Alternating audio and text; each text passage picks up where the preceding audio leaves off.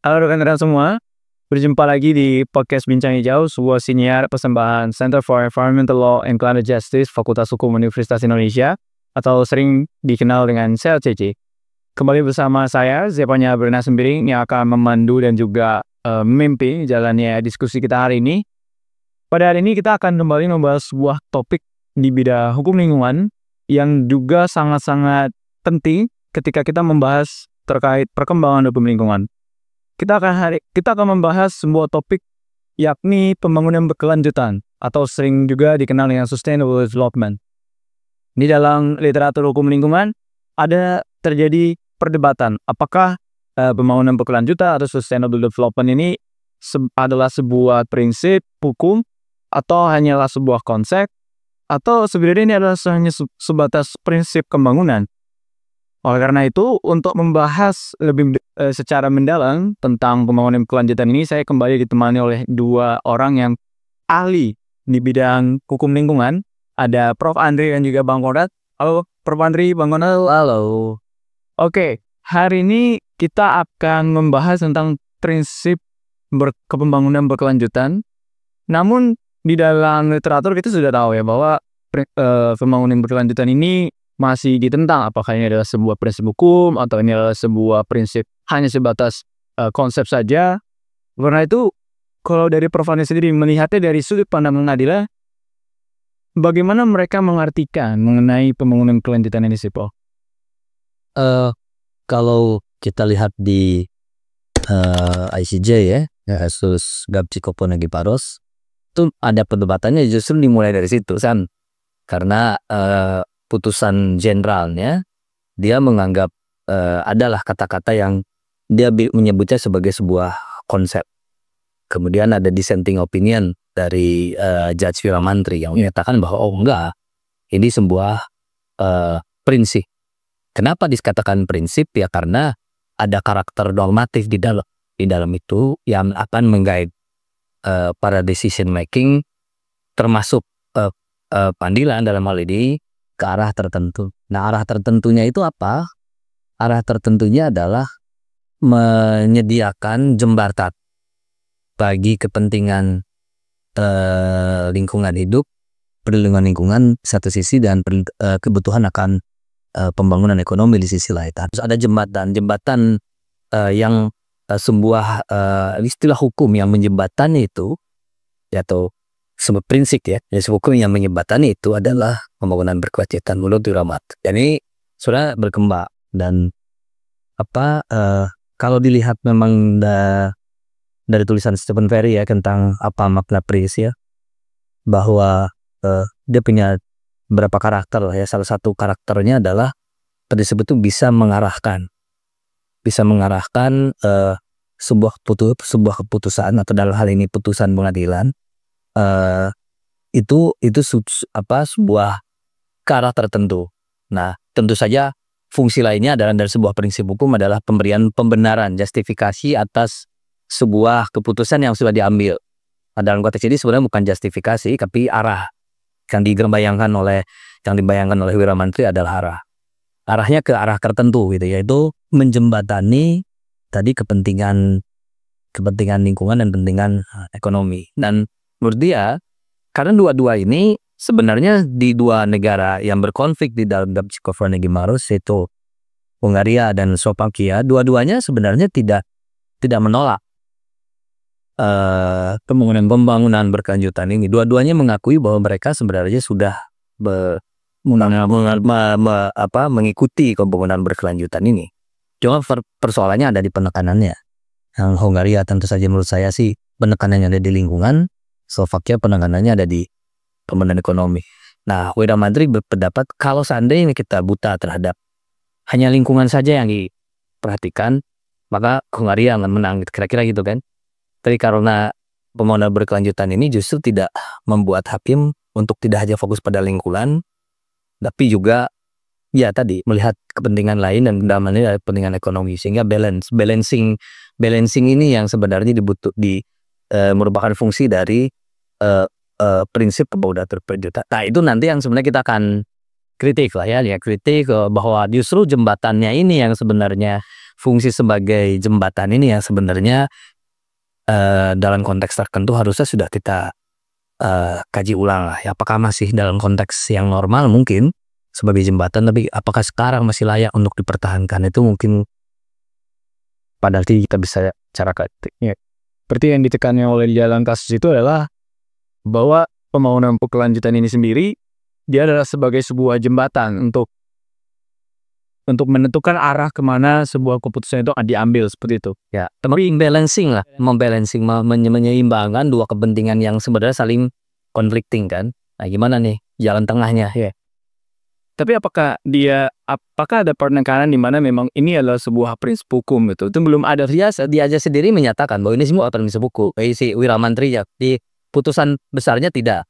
Justru karena salah satu dari dissenting opinion Wiramantri adalah dia ingin menyatakan enggak, ini sebenarnya prinsip hukum, bukan sebuah konsep. Nah, kemudian kan dia melihat banyak sekali di sejarahnya ya, dari mulai beberapa kebudayaan kuno lah ya, dia sebutkan tuh di situ, di putusan itu, di dissenting opinion yang memang menunjukkan bahwa ada balancing ini. Iya, tuh. Dan balancing ini ya kita namakan sekarang sebagai pembangunan berkelanjutan. Makanya dia bilang ini salah satu prinsip hukum internasional tertua sebenarnya.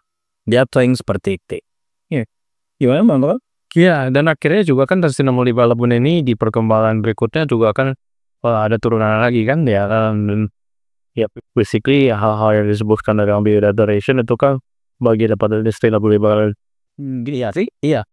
Ya karena memang sebenarnya sustainable development itu sendiri sebenarnya pada akhirnya sebagai sebuah jembatan itu mengalami kesulitan ketika nggak dirincikan, nggak sih. Ya ini terlalu abstrak, sehingga perlu ada sebenarnya. Makanya ada yang nyebut ini sebenarnya sebuah meta prinsipal ya, padahal prinsip sendiri sudah meta norm. Iya, jadinya kayak meta norm. Iya, review itu kan karena tadi saking ya abstraknya sehingga dia malah bisa menyebutkan ada prinsip-prinsip lain yang sebenarnya ya, kalau kita ingin melihat apakah sebuah negara mengikuti prinsip pembangunan berkelanjutan atau tidak, kita lihat apakah negara mengakui atau menerapkan prinsip-prinsip hukum yang lebih detail.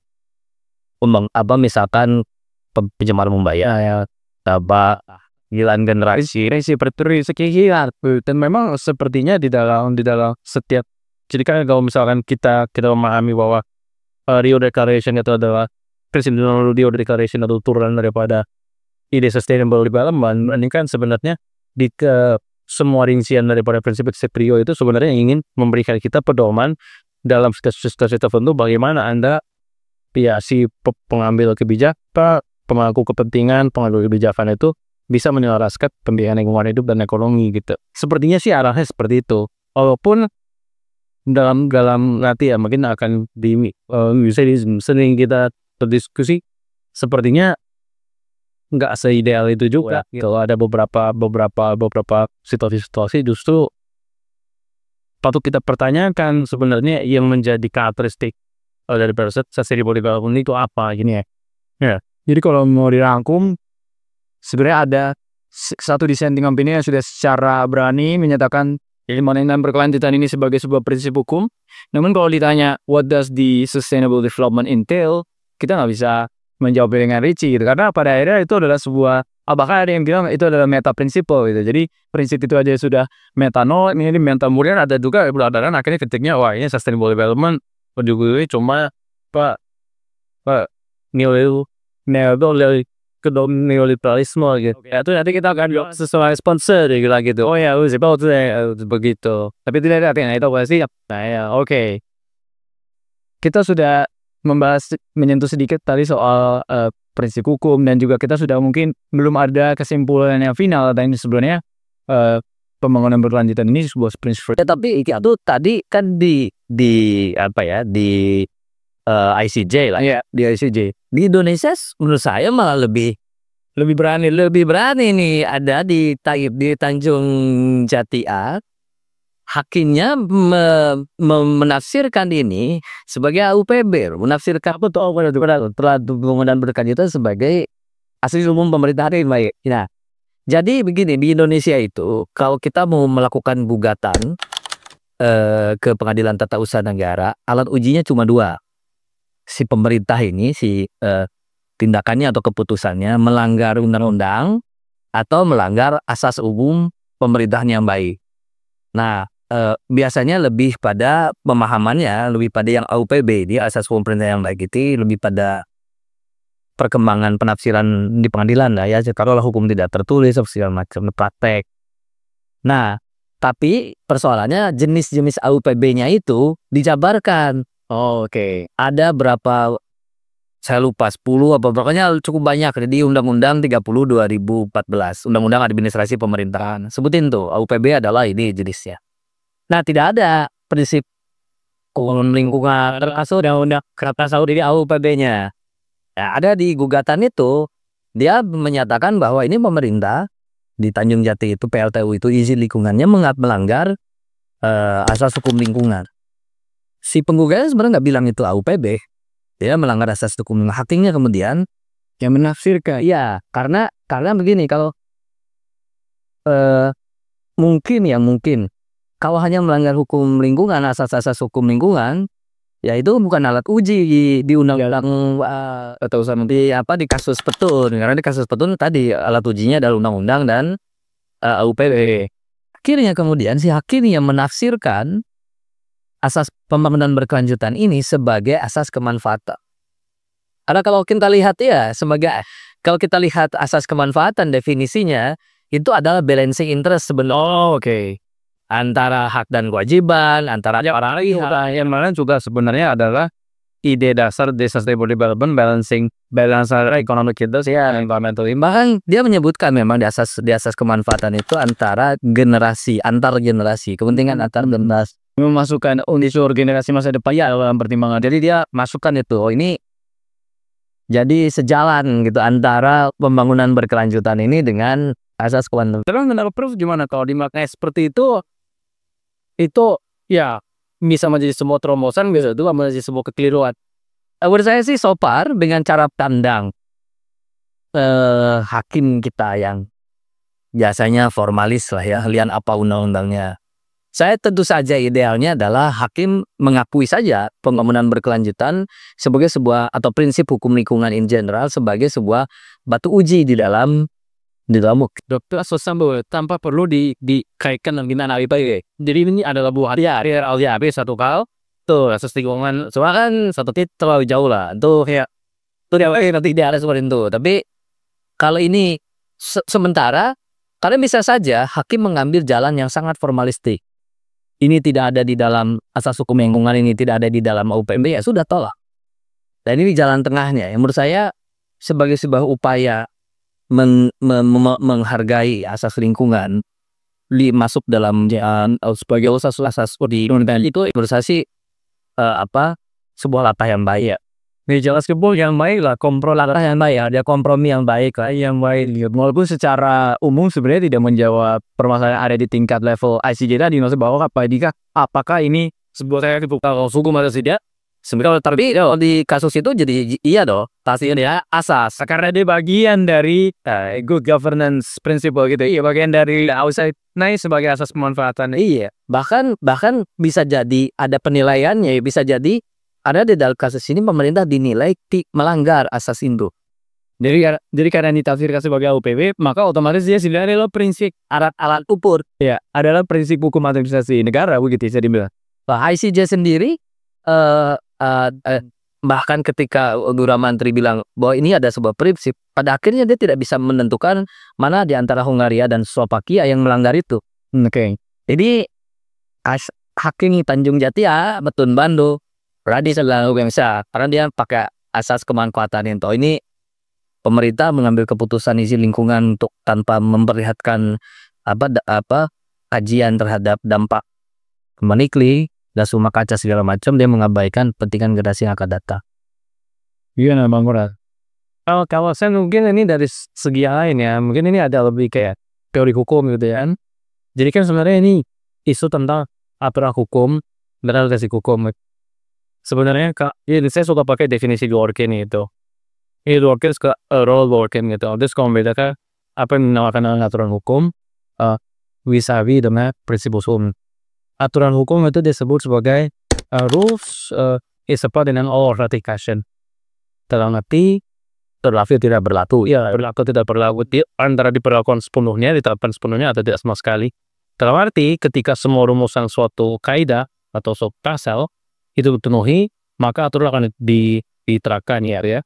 Dan orang itu ya dihukum ya karena melanggar sudah di masalahnya itu ya mungkin soal sederhana misalkan pasal 338 hubungan barang siapa dengan sengaja relasinya orang lain. Semua urusan itu harus knowing. Jadi kalau barang siapanya ternyata pembunuhan itu terjadi karena soal orang diterkam singa gitu. Ya singanya harus dipenjara. Karena rumusan barang siapa tuh ya tidak tahu sebenarnya hukumnya hanya dua, manusia atau paling hukum untuk orang lain ya. Jadi nggak bisa. Aturan tuh seperti itu. Jadi betul-betul kayak ya checklist gitu ya. Nah prinsip sebaliknya itu bukan urusan penerapan, tapi justru prinsip yaitu kayak tadi kita singgung di awal metanorm gitu ya, metanorma. Fungsinya justru untuk mengarahkan. Saya suka kadang dikira bilang itu legal principles begin where rules end. Prinsip itu dimulai di mana aturan berakhir. Satu atau gini, ada yang bilang Smallridge kalau masalah. Jadi rules menjawab pertanyaan apa, what, prinsipal menjawab pertanyaan what. Itu ya, gitu. Dan apa sih alasannya gitu kan? Justifikasinya ya. Jadi ketika misalkan ada beberapa apa ya rumusan dalam sebuah aturan yang kurang jelas atau misalkan bahkan mungkin kita bisa bilang persoalan hukum lakuna gitu ya. Di situ prinsip masuk. Jadi prinsip karena dia sifat metanorm justru sebenarnya lebih sebagai sebuah wahana interpretasi atau wahana hermeneutis. Bagaimana prinsip bisa kita gunakan untuk mengilhami kita ya sih pada sini mungkin hakim gitu ya mengkonstruksi sebuah aturan nanti ada. Nah dan dimensi prinsip dan fitur karakteristik kedua dari prinsip adalah bahwa dia ini punya bobot relatif. Kadang salah di dalam suatu kasus gitu ya bisa ada 2, 3 atau lebih prinsip yang sebenarnya bisa diberlakukan gitu. Dan hakim yang harus memutus dia harus misalkan contoh kayak tadi AUPB gitu kan ada berapa 9 prinsip gitu misalnya. Sebenarnya 99 ini mungkin bisa saja berlaku, tapi tentu hakim yang menimbang akan harus menilai berdasarkan pertimbangan ya profesionalnya gitu ya. Prinsip mana yang lebih dominan dalam kasus ini? Punya bobot lebih dominan di dalam kasus ini gitu ya. Nah kebetulan dalam konteks ini apa yang mungkin di dalam konteks Kandung Jati dibilang ini prinsip yang berlaku adalah asas kemanfaatan, kemudian yang baca atau disemakan dengan prinsip pemahaman itu sendiri sudah kayak prinsip double prinsip gitu ya. Pengeluaran seperti itu ya patut diinterogasi itu. Lalu yang kedua ini yang problematis. Putusannya itu didasarkan karena pelanggaran terhadap prinsip, harusnya terhadap aturan. Harusnya bacanya ya karena Anda melanggar aturan tertentu, aturan ini dipahami dalam peran misalnya prinsip sustainable development yang tertentu itu juga. Jadi mungkin agak dia persoalannya adalah ini di Indonesia itu jelas ada di dalam memang persoalannya atau kalau dianggap itu yang perlu diinterogasi lebih lanjut. Memang secara eksplisit undang-undang mengatakan sebuah keputusan itu dicabut atau dibatalkan atau diujikan sehingga atas dasar pelanggaran terhadap peraturan perundang-undangan dan AUPB. Jadi mungkin kalau begitu AUPB berarti sudah dalam level rule. Jadi gini sebenarnya bisa jadi apa yang kita maksud sebagai AUPB itu tidak dalam kacamata Dworkian, prinsipal dalam perspektif Dworkian. Karena bahkan prinsip-prinsip hukum lingkungan pun seperti itu. Beberapa prinsip pencegahan itu ada konsekuensi hukum yang clear kalau dia dilanggar. Due diligence, liability, jadi adalah basic liability. Jadi itu meskipun namanya prinsipal, tapi ini kalau dalam dikotomi rule versus prinsipalnya Dworkin ini lebih sudah tidak relevan.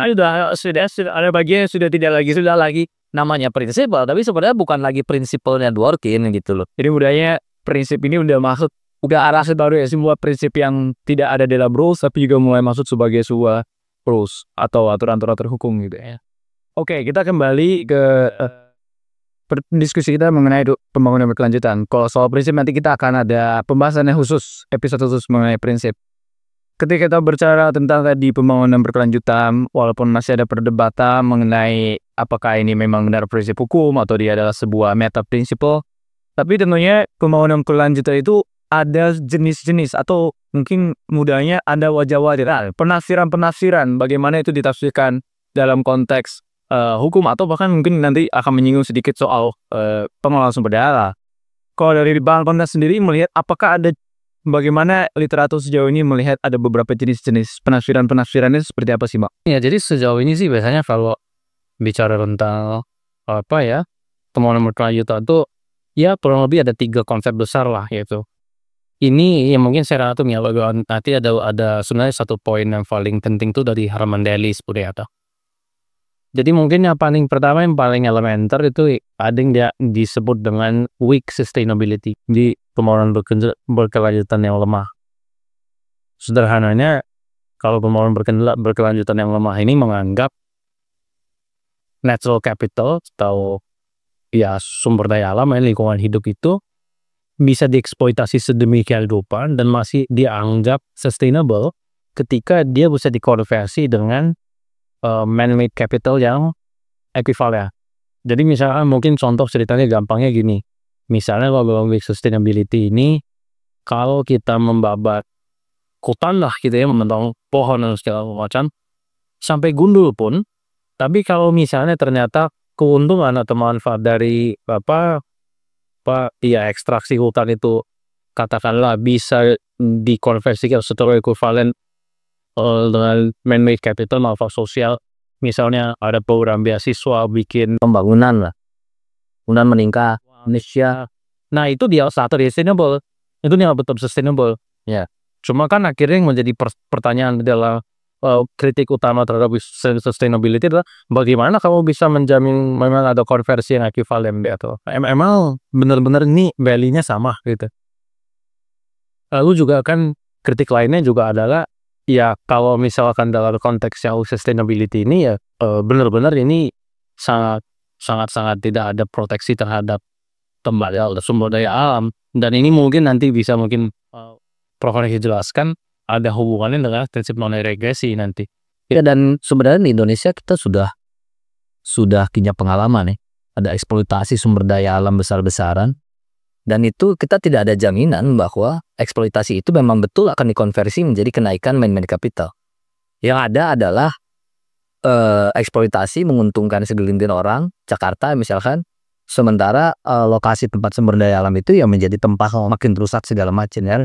Papua misalkan, kita bisa ambil contoh bagaimana eksploitasi di Papua, dan apakah kemudian diiringi dengan peningkatan man-made capital di sana, kita masih bisa. Makanya misalkan masyarakat banyak secara umum menjadi semakin sejahtera, itu masih menjadi pertanyaan. Iya. Jadi dalam konteks Indonesia, weak sustainability ini memang sudah terlihat ada terjadi. Sudah justru kita menganut itu ini proses dan sudah terbukti gagal sebenarnya ya, sudah terbukti gagal. Nah sebaliknya ya terhadap yang weak ini ya biasanya di kontraskan dengan namanya strong sustainability gitu. Kalau tadi misalnya weak sustainability ya dalam tanda kutip permisif dengan eksploitasi sumber daya alam gitu ya. Kalau dalam strong sustainability justru sangat tidak permisif, sangat mengekang ekstraksi sumber daya alam. Jadi dalam perspektif half sustainability ini, lingkungan hidup itu dianggap sustainable ketika ia dijaga keasriannya ya, jadi kondisi alamiahnya gitu. Sehingga ya sebenarnya pemanfaatan lingkungan hidup itu ya seminimal mungkin gitu. Barangkali mungkin kalau dalam konteks yang seperti ini kita hanya mengambil mungkin kayak remah-remah atau sisa-sisa dari sumber daya alam. Jadi misalnya mungkin kayak ya kalau mengutip ya kita hanya mengutip misalkan ya mungkin ya ideal dari mungkin perspektifnya, kalau orang perlu kayu bakar dia hanya mengutip ranting-ranting ya kayak. Jadi bukan dia misalnya tebak pohon untuk kemudian dapat. Nah cuma kan pandangan yang strong seperti ini juga problematis karena pada akhirnya ya gak ada pembangunan. Iya, gak boleh ada pembangunan ya podcast pun gak mungkin terjadi karena kita nangkai ya dan lain sebagainya itu. Dan tapi yang lebih lanjut daripada ini sebenarnya ada suatu permasalahan filosofis juga di sini. Sebenarnya kalau kita mengatakan strong sustainability ini mengatakan harus menjaga kealamiahan alam gitu. Memang kamu tahu alam itu seperti apa? Ini permasalahan epistemologi. Iya, permasalahan ya epistemologi, dan ini kan sebenarnya kalau yang namanya alam itu kan sesuatu yang kamu konstruksikan ya itu. Kita nggak bisa bilang alam yang ini alamnya itu tidak ada. Oh, tentu kita bisa bilang ini rumput sintetis sama rumput itu clear. Tapi bahwa misalnya sebuah ekosistem alam yang alami dan yang tiga itu ini sebuah narasi yang akan ditentukan dengan dinamika sosial politik. Jadi ya komplainnya dua aja kayak. Yang pertama ya tidak mungkin ada bangunan, yang kedua juga kalau permasalahan definisional gitu. Bagaimana kapan kita tahu sebuah lingkungan hidup itu asli dan alamiah gitu. Kalau karena kan dia gini, dia berangkat dari yang strong ya. Berangkat dari penolakan terhadap trade off, bisa jadi yang natural capital itu bisa di trade off dengan man-made capital. Itu kan dia menolak nggak bisa kan, dia ekivalen, nggak akan ekivalen gitu. Sehingga ya efeknya ya tidak bisa sebenarnya kalau kita ambil yang ekstrim betul-betul ya tidak bisa ngambil mungkin ekstraksi sumber daya alam akhirnya bisa, tapi ya, akhirnya kita harus mengkompromi cara hidup. Ya mungkin akhirnya ya standar hidupnya menurun. Ya mungkin ya akhirnya kita akan hidup ya mungkin hanya berburu dan meramu. Oh iya. Ya nggak bisa kayak di tingkat ekstrimnya. Di tingkat ekstrimnya seperti itu gitu. Tidak, kalau itu sebenarnya ada yang jalan yang berliter dua ya. Nah itulah ya berarti saya sebut critical natural capital. Oke, ini adalah yang ketiga. Ya, ini kayak pendamai ikatan dua kubu yang ekstrim ini. Jadi dalam critical natural capital, dan ini perspektifnya ekonom gitu ya. Ini ekonomi dalam Mandeli. Jadi intinya sebenarnya gini, Anda boleh melakukan ekstraksi pemanfaatan sumber daya alam gitu ya, tapi tidak boleh melewati dari kemampuan regenerasi ya media lingkungan tersebut. Ketika misalkan sudah ada sebenarnya misalkan terlanjur lah ada sebuah media lingkungan yang sudah kamu itu yang natural yang critical natural capital itu sudah boleh diaksept untuk yang renewable. Jadi harus dilihat rate of depletion-nya dengan rate of reproduction-nya ya, depletion rate ya, regeneration rate. Jadi regeneration rate, depletion rate tidak boleh lebih tinggi daripada regeneration rate.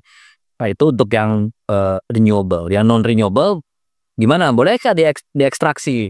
Dia masih membolehkan. Dali itu masih membolehkan, tetapi bahwa kita tahu itu ada batasnya kan. Manfaat dari situ itu digunakan, keuntungan dari situ itu digunakan untuk konversi sumber daya alam gitu. Misalkan tadi konversi energi lah segala macam, kalau kita bicara soal energi digunakan untuk konservasi sumber daya alam, termasuk yang tadi yang renewable. Jadi sebenarnya ini yang boleh kita melakukan ekstraksi sumber daya alam, berarti kan dia ada puiknya di situ. Tapi ketika dia sudah mulai kritis sih, kita harus stop gitu, nggak boleh. Jadi sebenarnya kalau mungkin kita analogikan ya, kalau weak itu hanya ada gas nggak punya rem. Kalau strong itu hanya punya rem nggak punya gas. Nah yang ini ya mobil yang punya rem dan gas, critical natural capital yang digunakan secara bersama itu.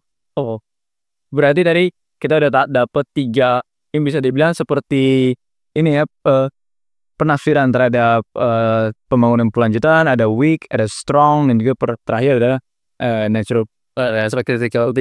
Nah sini sebenarnya yang Herman Daly ada ya, artinya memang Herman Daly. Yang sebenarnya yang weak dan strong ini nyebar di mana-mana. Karena ini sebenarnya cara orang melihat gimana sih cara sustainability ini.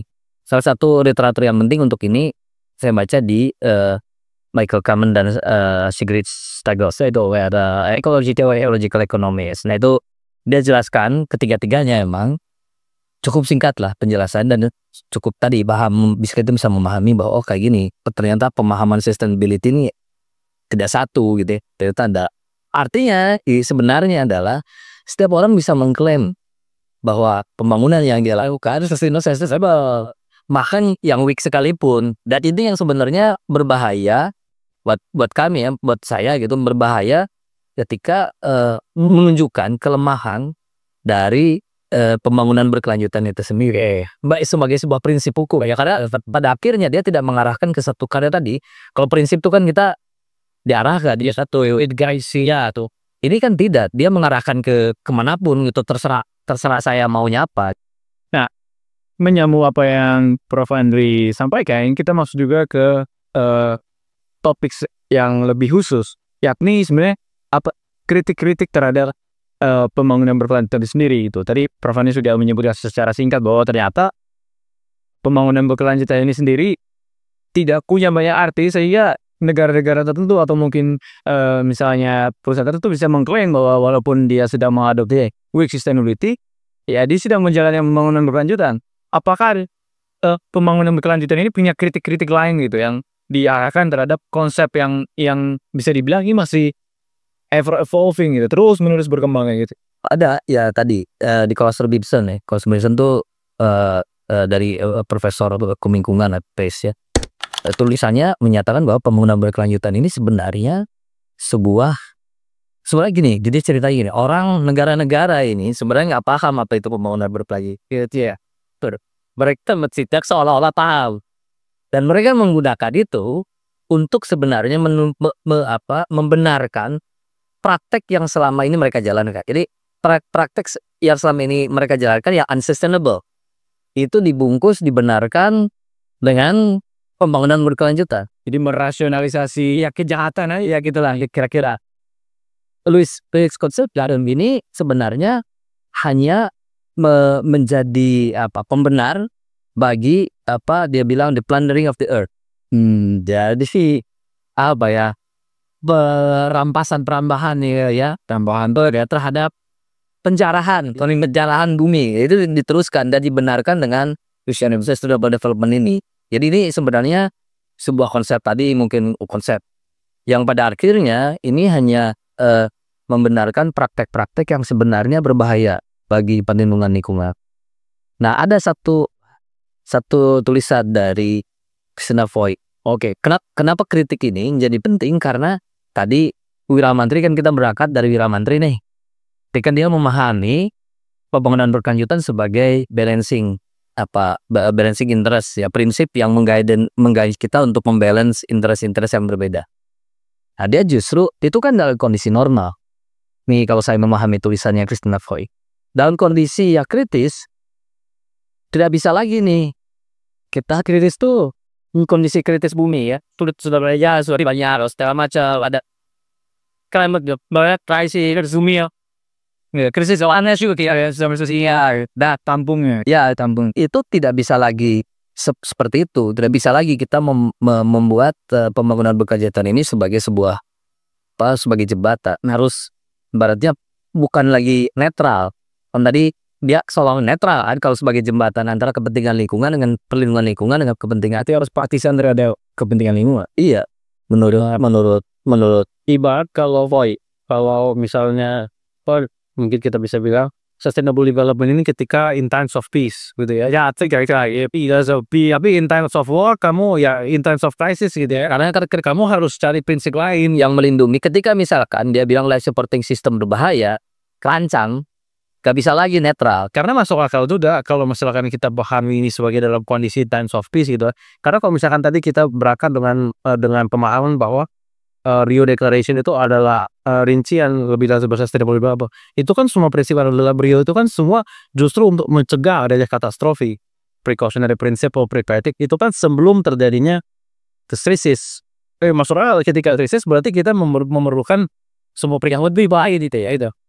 Yang harus dikoreksi nih gitu. Jadi pemahaman kita nih bukan. Jadi kalau saya lagi pro prinsip apa kalau dia nggak bilang prinsip pengganti itu, tetapi tidak bisa netral. Artinya tidak bisa lagi pembangunan berkelanjutan itu dimaknai netral antara kepentingan lingkungan dengan kepentingan ekonomi. Dia harus pro lingkungan ya. Kira-kira dihubungkan dengan misalnya epos antroposen gitu. Sekarang ini lah situasi di mana sustainable development tidak boleh lagi lagi netral. Makanya tidak heran kalau orang mengatakan sebenarnya sustainable development itu masih sangat berspektif atau mosen. Ya masuknya tidak mengherankan kalau karena kita memahaminya sebagai jembatan tadi. Dan selama ini memang fungsinya tadi memang menjembatani kedua kepentingan yang saling konflik. Nah mungkin ya kalau in times of crisis gitu ya, nah ini mungkin ya sekarang lah ya, ya mungkin ya kita alami hari ini ya, ini misalkan juga menyambung tadi diskusi kita tentang sustainable development, mungkin agenda-agenda yang biasa sering disebut sebagai degrowth mungkin. Ya, degrowth. Karena kan kalau misalkan ketika kita ngomong development gitu, kata itu sendiri sudah mengandaikan ada terus menerus. Kan ada sebuah perkembangan terus menerus apa ya? Tapi sampai kapan? Sampai kapan gitu? Ya, gitu loh. Baik. Berarti kalau menyinggung sedikit tadi tentang neolib, tadi kan Bang Konrad sedikit berbicara tentang neoliberalisme dari ada nilai-nilai neoliberalisme di dalam sustainable development. Boleh? Ya itu dari bukunya Brian Elliott sebenarnya. Brian toh soal namanya. Ya pada akhirnya ya memang mungkin menyambung apa yang pernah dibilang tadi ya, ketika apa kita bisa memaknai sustainable development ini dengan berbagai cara gitu ya. Kadang-kadang developernya bisa justru menjadi yang utama ya sustainability ya. Kalaupun sustainable adalah developmentnya yang sustain. Ya jadi ada kurang dari sustaining development ya, spirit the development kayak bukan lingkungan di mana pembangunan itu dilakukan gitu. Itu agenda neolib. Nah, ya lihatnya di sana sendiri yang terhubung gitu ya, mengandaikan ya ujung-ujungnya pembangunan yang bermakna ya development yang bermakna atau pembangunan ekonomi gitu. Oke, karena keterbatasan waktu juga, saya coba akan menutup siniar kita hari ini dengan sebuah pertanyaan dan sekaligus juga mungkin Prof. Andri dari Bang Konrad bisa memberikan seperti pandangan penutup lah. Kalau saya coba berangkat dari apa yang Christina Voigt tadi bilang, bahwa ketika masa-masa ketika sekarang kita berada di epos antroposen, ketika ini sudah jadi masa-masa dengan penuh krisis, bagaimana seharusnya kita ke depan memaknai pembangunan berkelanjutan ini, baik itu sebagai prinsip hukum maupun juga mungkin mungkin seperti sebuah pesan gitu kepada mungkin pengadilan atau penegak hukum yang nantinya akan benar-benar mengaplikasikan prinsip ini di dalam konteks-konteks yang lebih. Kalau saya entah ini kemudian penafsiran ulang atau diganti atau sudah penafsiran ulang. Ada sebuah prinsip baru sebenarnya. Dan ini bisa jadi pengganti atau tadi kita memaknai pembangunan berkelanjutan sebagai dalam konteks ini yaitu non-regression, progression and non-regression. Nah itu penting. Kenapa? Karena yang dimaknai sebagai berkelanjutan adalah tidak turun kualitasnya, atau harus lebih baik terus menerus. Kalau kata Marx ya kan, harus lebih baik. Kita mewariskan, kita bukan pemiliknya dunia ini, kita hanya penerima manfaat dan harus mewariskan bumi ini ke generasi berikutnya dalam kondisi yang jauh lebih baik sih kita sebagai bonus pater familias, dibilang gitu. Itulah yang sebenarnya saya sih mendorong mulai berlakunya mulai diadopsinya semakin masifnya pengadopsian prinsip hukum progression dan non-regression. Dan di dalam beberapa perjanjian seperti perdagangan bilateral ada tuh prinsip itu, termasuk yang dilakukan Indonesia terlibat di dalamnya. Dan secara implisit sebenarnya juga ada di perjanjian Paris. Ada, tapi ya itu hanya untuk climate, untuk climate. Cuma yang general memang belum ada. Tapi menurut saya itu prinsip sangat penting kita menafsirkan ulang, atau kalau bisa ya sudah berkelanjutan berhenti sampai di sini, kita bikin lagi dengan non-regression dan progression ini. Saya setuju sih dengan yang Prof. Andri katakan, ada progression dan non-regression. Dan mungkin bentuk konkretnya adalah kan belakangan ini ada juga riset oleh rekan pesan di Stockholm Institute kalau saya nggak salah, yang memetakan planetary boundary di situ, jadi batasan-batasan planetary gitu. Jadi mungkin konkretnya adalah terhadap hal-hal yang sudah merah justru harus dipulihkan, terhadap hal-hal yang masih hijau itu tidak boleh regres, tidak boleh jadi merah, jadi lebih merah kan pada akhirnya gini, kayak tadi diskusi kita di awal, prinsip itu kan sebenarnya sesuatu hal yang sangat metanormal gitu. Ini kan sesuatu hal yang sangat cair. Agar ini tidak menjadi wajahnya menjadi macam-macam gitu ya, dan bisa menjadi offside gitu. Prinsip ini kalau misalkan prinsip pembangunan berkelanjutan ini masih akan tetap relevan di zaman kita, dia harus bisa open kepada sebuah pemikiran yang lebih konkret ya, seperti misalkan tadi bahwa Bang Heru Salatis. Oke. Ya, ini pembahasannya sangat menarik, sudah sangat banyak sekali sumber dan juga referensi yang kita kutip. Ya, ini menunjukkan kalau isu pembangunan berkelanjutan ini atau konsep atau bahkan prinsip ini tidak bisa berhenti di sini diskusinya, dan akan terus menerus kita perlu teliti, dan tentunya ini menjadi agenda riset juga di bidang hukum lingkungan. Semoga teman-teman semua yang mendengarkan dan juga mengikuti podcast ini juga semakin tercerahkan dan justru bahkan mungkin ikut menulis, mungkin semakin penasaran dan mendorong ini, dan bahkan mungkin sampai untuk ikut juga menulis dan juga masuk dalam diskusi ini. Oke, terima kasih sudah mengikuti podcast Bincang Hijau. Saya Japanya Benaseri dan Prof. Andri beserta Bang Konrad pamit. Sampai jumpa di episode selanjutnya.